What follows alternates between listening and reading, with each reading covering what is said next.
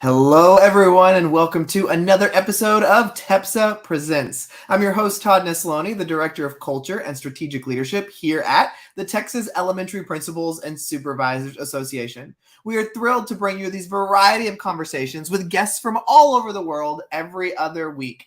And this week, when we were thinking about kind of what we wanted to talk about, I know we've done a few episodes before dealing with self-care, but I don't think we can ever talk about it enough. And so I know that this year has been unlike anything even before and even last year. And so when I was thinking about who can we bring on to talk about this that would provide another perspective, and obviously the first name that came to my mind was Michael Creekmore, who is also part of our AP to Go online learning series with his wife. But Michael, why don't you go ahead and introduce yourself, tell everybody kind of who you are. Hey, hello everyone. My name is Michael Creekmore. I am a professional school counselor, but I have been, oh boy, it's been greater than 15 years as a licensed professional counselor and also now a certified professional counselor supervisor, which means I'm able to provide supervision to those obtaining licensure in the field of mental health or specifically counseling. So that is me. I am in an elementary school and I am a school counselor for fourth and fifth grade, but I often say K through five because my counterparts and I, we don't necessarily differentiate. Mhm. So Yep. I can be a first grader that I see. I can even be on the ground playing Legos with a kindergartner. So yeah, that's me. Well, I love that you are a counselor in the true sense of the word at the schools because sometimes our counselors are relegated to other roles. But I know if Yes. anybody has been reading some of our print materials or our blog or seeing some of our online content, they've seen your name come across before because here at TEPSA we're quite big fans of you. But like I said, with this topic of self-care, we've covered self-care before. But I don't think we can ever stop talking about it because sometimes I think the word self-care has become somewhat of a buzzword and a little bit of a Yes. misunderstanding of what it truly is. So let's start with that, Michael. How would you define self-care? Well, um, the Michael and Nita Creekmore definition of self-care, we consider it to be anything that we're doing intentionally to address our mental, physical, and emotional wellness needs. So anything that Mhm. we're taking time out of our day to intentionally do that's going to address and feed into those needs that we have, and one of those three basic components, that's what we consider to be self-care. And we often Yeah. say there's no one size fits all recipe. Some of us like certain things that taste a certain way. So our self-care might look different than others. And it's okay as long as it works specifically for you. So that's our definition of self-care in a Now, nutshell. Michael, we hear this word self-care all the time, and I think many of us understand the concept, but I think as administrators, that question always comes back to your head of Yeah. how do I make the time to take care of myself? My list is never ending. I am Yes. so I just feel like if I did practice self-care, it just builds up all the other stuff that I'm gonna have to take care of now because I put that to the side. So let's start there. How do we even make the time to take care of ourselves? Well, prioritization. And I know everyone's looking now like, really, dude, prioritization? Like, you don't think I know that? And yes, while I realize that you do know that, but being disciplined enough to put things down, knowing that, okay, this does not have to be done. This does not need to be completed right now in this moment. There are certain things we can do throughout the course of our day to give ourselves that break, whether it's a mindful minute, just to be able Mhm. to close our eyes and breathe Yeah. without feeling like we have to complete this next task, assignment, or duty Mhm. immediately.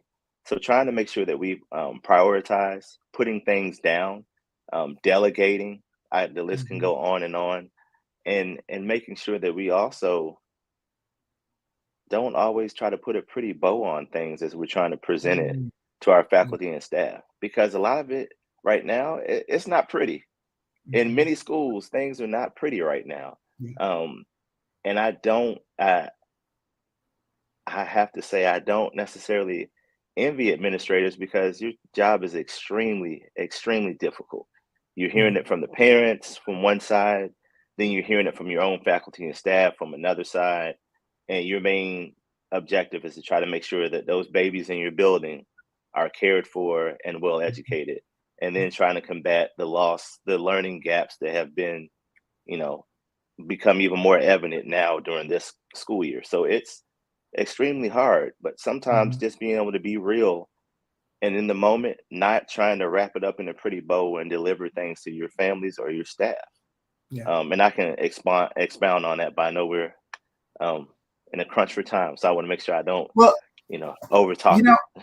I love what you said there, though, as you started about prioritization, because I think many of us, when we hear that word, we think, oh, yeah, I do prioritize, or it's all important. I've got to do all of it. Yeah. But I think what you find is like you said, when you actually write it down and you actually just stop and take a breath for a second, you really can Yes. see that there are things that can be placed to the side right now. There are things that can be delegated to someone else. There are things that you can say, this is important, but I can do it tomorrow, and right now I can take that minute for myself, or I can do Right. whatever else I need to do. So when it comes to your own self-care, what are some things that you do to take care of yourself? Uh, Personally, I like to do what I call making sure that I'm checking my service engine light, because we all have those service engine lights to where we know it's just like a vehicle. We know when we're feeling a little bit more tired, we're feeling drained, maybe we're even more irritable or agitated than we normally are. Those are those check engine lights let you know, okay, we need to address that, whether that's taking a break from something or doing something else to change the scenery, so to speak. For me, I like going to the gym. I Mhm. like working out. That's something that I feel like it helps me because it makes me feel like I'm addressing, first and foremost, it's addressing my physical health. Remember, I said there Right, are three right. major components. But also, I feel like it addresses my mental wellness as well because I feel like I'm in a better mind space after I've gone to the gym. It's Okay, so weird, I've got right? to ask Because though, you mentioned the gym thing, and I hear you on that, but how do you keep up your motivation to actually get up and go to the gym? Because I know not um, only are you doing your job every day, you've got kids of all ages going to their events too. or So, exactly. yes, So I mean, yes. I sit here and I'm like, oh yeah, I know when I'm at the gym or when I am working out, I do feel better, but getting to that point where I actually show up to do it, that doesn't always happen. So how do you continue showing up? An accountability partner.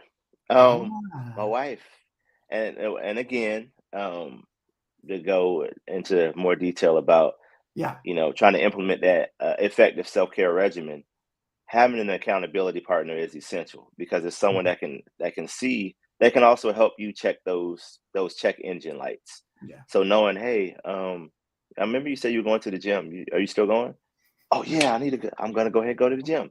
So Mhm. oftentimes, as it's my better half, my wife, Nita Creekmore, love, teach, bless, that can and will remind me.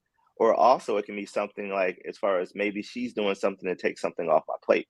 Mhm. Maybe today, like as of right now, usually I'll take Aspen, who's our oldest daughter who plays volleyball. She's at practice right now. Mhm. So I took her, and instead of me staying, she said, "You know what, babe? I'm gonna pick her up tonight because I know you have another engagement, which is Yeah. with you wonderful people." So doing that helps me. Having an accountability partner, which is also someone that can help take something off your plate, that Yeah. helps me. And I know that may not be everyone's story, but it is a huge help. But also, in addition to going to the gym, I also like to write, trying to do things that feed into my passion. Yeah. And writing is something for me that has come up actually since 2020, Mhm. which is weird because we were all in that weird space, Yeah. like midsummer 2020. So for me, that's just something that kind of came and it's stuck. So Mhm. trying to make sure that I tap into that as well because I feel like that feeds me emotionally. I'm able to get things out that way. And I think what you just said there is great because I think sometimes we can get so lost in the weeds that we forget to keep developing our own passions. And Yes. even when our passion has nothing to do with our career, it can still help our fire stay lit for the job that we Yes. do because Yeah. we're complete individual. We are not solely a principal or a school counselor or a Right. teacher. We're so much more than that. And I think sometimes we can lose ourselves in those titles and in our jobs. That's why we burn out and that's why we get exhausted. And so, we've got a few months left in the school year. We're already beginning to get into testing season. We had Valentine's on the day after a Yes. Sunday, a Monday, and a day before a full moon. Yes. And like, there's a Yes. lot going on right now. Yes. And It so, is. what advice would you give to administrators who are listening right now, going, I hear you about the self-care. I'm going to start prioritizing. I'm going to get me an accountability partner. But give me what? How do I make it to the end of the year? Like, give me something to make it to the end of the year. In addition to that, doing your best to build community within your school. And I Mm, know it may not sound like a direct addressing of self-care, but what I've noticed is people when they're in community and feel like they're in it together and it doesn't feel like a us versus them type of situation, the time seems to not only go by, but we often find those moments to laugh. We mhm, find moments to say, you know what, this school year has sucked, man. Like and instead of saying, well, we did this. No, you know what? It did suck. mhm, We're in this together. We're trying to build our way out of it. yeah, And sometimes just those little moments help push us through. So I know prioritization that, in the grand scheme of things, in a perfect world, we will all be doing that now. But while we're all in this situation together, whether you're an AP, a principal, someone in the district office, knowing that you can build community with your fellow educators, mhm, like that actually does help. yeah. I don't poo-poo that idea at all because it really does. It's proven to really help. Yeah. Well, and I think you just hit the nail on the head. There were so many great little nuggets here, and a lot of it is stuff that is common sense to us, but we don't remember it. We don't Right. we need to hear these reminders, and Yes. we need people pouring into that so that we can make it not only to the end of the year, but heck, to the end of the week, for goodness sake. Yes. The end of the So day. Sometimes that's it's just the right, end of the the end of the day. day. So if y'all want to learn more from Michael Creekmore, you can go check out our website, TEPSA.org. Go to the events page and check out our AP to Go online learning. You'll have access all the way through June 1st. But Michael and his wife, Nita, have a fantastic session, as well as a couple other sessions that are in there as well. And we also hope that all of you go check us out at our TEPSA Summer Conference. We are back in person this summer. There are 6 amazing master classes you can sign up for and a ton of other stuff happening. Michael, thank you so much for being here and giving us some fantastic tips over how we can do self-care, and we'll see you online. Thank you.